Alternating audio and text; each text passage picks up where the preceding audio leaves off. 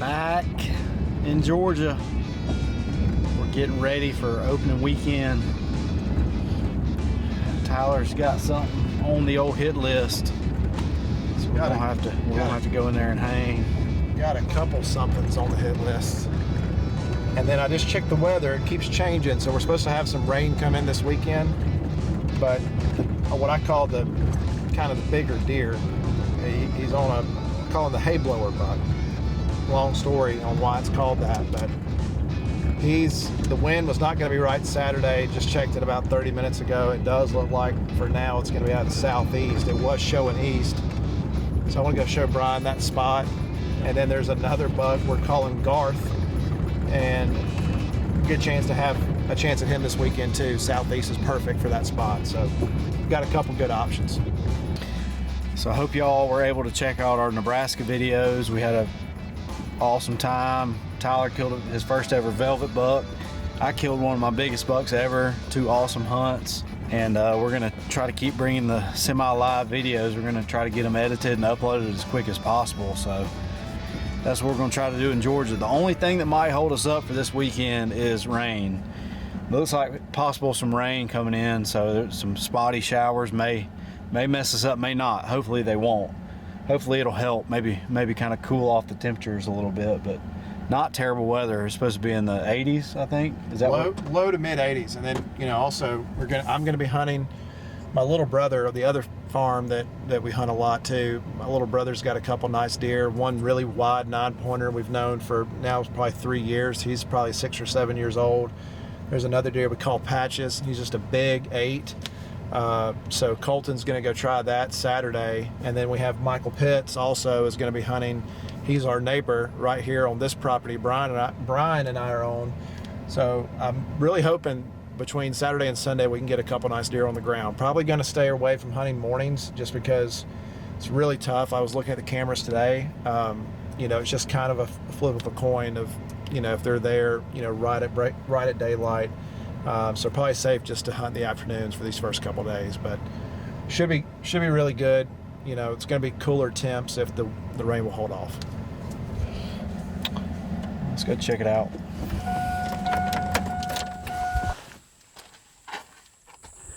So this food plot's already got a primal ladder stand up, still up from last year. It's in a good spot on the end of this food plot. I just got up there and trimmed some shooting lanes and some filming lanes, but I guess they're just kind of coming through here and milling through this food plot. Yeah, so I mean, I think from where we've seen some of the pictures in here, the deer are bedding somewhere across this small food plot. And then thicket back there, and then I think it looks like they're just kind of milling through here. You can see this food plot's kind of popping up green. And then there's some bigger cornfields back here behind us. They're just kind of milling through here. It seems like it's just a good staging area, but like I was looking at the camera last night, and the deer that we're going to be in here hunting Saturday and Sunday, he was the first deer in here. He was the first buck. Just kind of milling through here. It was here for about 15, 20 minutes, and then kept on going. So I'm kind of hoping he's been pretty consistent doing the same thing every day. One possible scenario for opening day. It just depends. Kind of right on the property line, so we need to get in here and get this one on the ground, because who knows which way he could go when he starts changing up his patterns. When the rut starts, I mean, there's no doubt about it. He's going to be on the neighbors, so we got to get this one. We got to get him while he's regular. You can see this food plot is kind of starting to.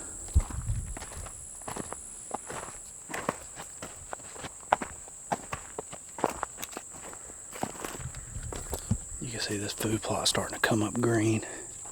And then there's like a little green screen planted right here. It didn't really grow up very good, but good spot. The property line food plot. So that's one option, but we're gonna have to hang the next one. The next stand we got to put up for Garth. So trying to get a couple possible spots lined up. Don't forget about Beamer in there too. I'm not forgetting about Beamer. Beamer's a nice one.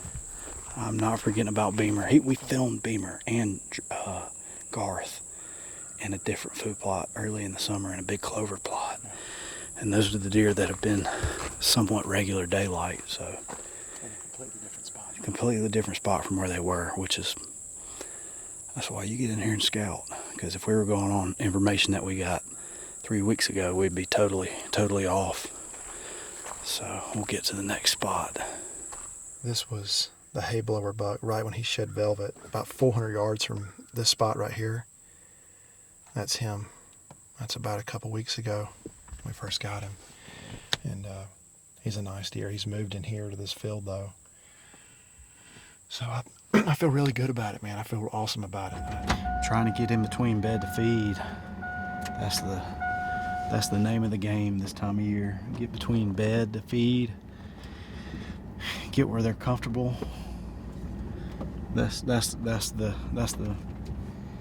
really the only pattern right now is just feeding. That's 100% of what they're focused on right now is feeding. So if you can get around any kind of feeding areas, any kind of acorns dropping, food plots, corn piles, whatever works for you, you can definitely see some deer this time of year.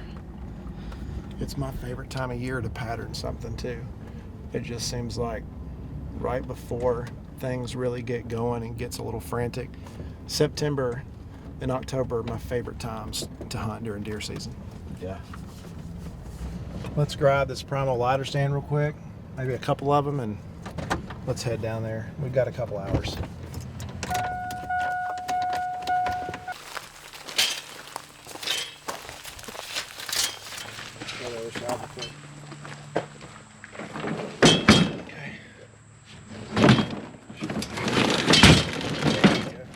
So this is one of my favorite deer on the property just because his rack's really unique. This Spartan camera picture probably shows the best angle of him, but he's got double main beams and he's also got like a hook, like a big drop coming down off his bottom beam on his left side.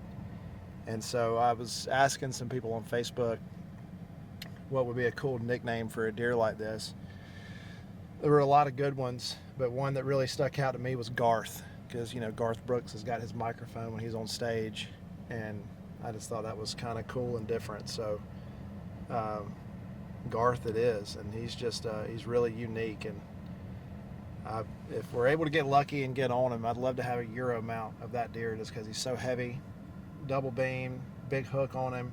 So just depending on the wind and the weather, this could be a spot that we try opening weekend. So this is where we've gotten pictures of them. We got a couple different fields on the other side of this ridge, and these deer are coming up through this bottom, heading toward these fields in the evenings. But I was looking in here yesterday, and I just think that tree right there is going to be where we want to hang.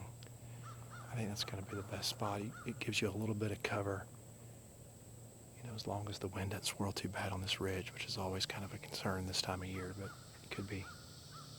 That tree's the only one in here, unless, Brian, you see something different. That's where I think we should put it. A whole bunch of trails crossing, intersecting right here on top of this ridge. So they're going back here. Yeah, they're going this way. That's what it looks like to me. This has always been a really hot spot because a lot of trails cross over each other right here. And this bottom right here is just totally untouched. So It's just like a little heaven down there. Food plot up top. Trying to cut them off going to the food sources before it gets dark. But I do cut. You talking about that tree back there? That's got a little cover to it? Yeah. I gotta find some. They sold out in a lot of places. Yeah. That is, no doubt. Man, you gotta Let me tell you something. It puts a Let whole. me put a lid on for you. Get my man. How many hat in there? That bone collector hat to the left. Well, Brian and Tyler just left the farm and they're buttoning things up out there for a big old deer they're hunting this weekend. And I'm over here in T-Bone's basement fixing up some fletchings. I know a couple of days before deer season probably isn't the right time to do it, but I'm doing it. And got these Eastern Axis arrows, and putting some new vanes on them, trying to make things lighter on the back end and a little more quieter. Actually, what I'm shooting this year is the Easton Axis 340 spine, match grade arrow. I've got a 3-inch flex parabolic vane on the back, and I've got the Ethics components, inserts, and sleeves. Total arrow weight's right at 470 grains. It's shooting 284 feet a second at 72 pounds, and it is a killer combo. Man, my buddy Houston Gaddy right here, he's been after me for like, I don't know, a couple months. He said, man, I got something for you. I got something for you. I'm thinking like a pack of bubble gum. Dude, look what he brought by here. I mean, like, now I got to prove something. I got a Bone Collector, T-Bone Outdoors, custom, brim busting, spinning combo. I think. Say is, where's mine? Yeah. I got 2 things to say. Andy Morgan, eat your heart out, buddy. I'm part of the Realtree Pro Fishing Circuit right now. For sure. You see that, Smack? You're the pro. You're not the pro catching circuit.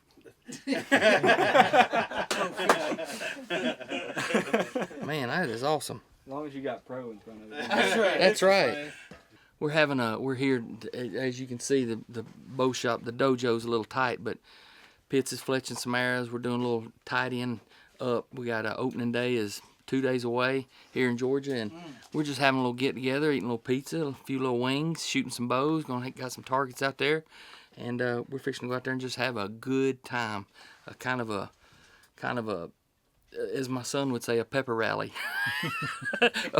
for Georgia deer season on Saturday. Scared. Yeah. If you scared, Scared. you let us know. Scared. I got my lessons planned dialed up. Oh, he been talking smack all week, dude. Exactly. Got here, there was supposed to be a lot more Matthews here than there are. I'm fixing to find out if the zing's there or not. Get him! Get him!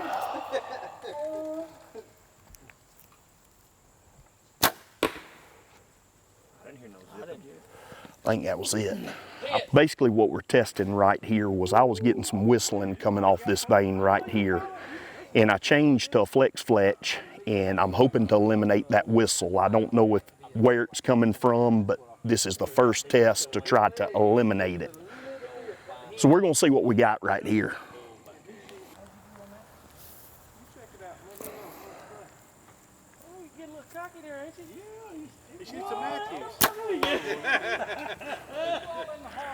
I'm not hearing it. I am not hearing it.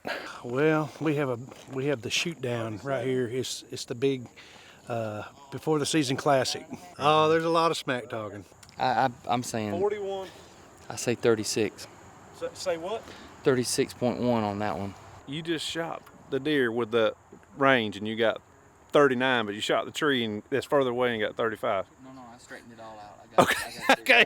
You got me all jacked up right there now. So, Man, that's great. That's gray and orange. It is gray and orange. I seen that arrow. 39. I got to put those lighted knocks in here too. Oh, it's coming off that. Oh man, that's beautiful. There's got to be the return on that target. I heard Mark. Did I call it? Phone, please. White ducks flopping around over there.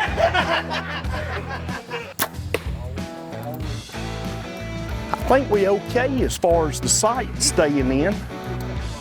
Everything's looking good, hitting where I'm aiming. I'm not hearing the whistle. We're on time and in the business. 2 days before opening day isn't the day to be messing with all this stuff, but sometimes you gotta do a last minute change. Biology of death is what we call this. It's where a lot of problems are solved, is all I gotta say. Yeah, So, and some created. yeah. We've solved and created a bunch of stuff now. Absolutely. I've spent many hours in that dojo. Yep. Between all of us here tonight, we've gone through a lot of issues and come up with a lot of good solutions. So I think we're definitely ready for opening day, day after tomorrow.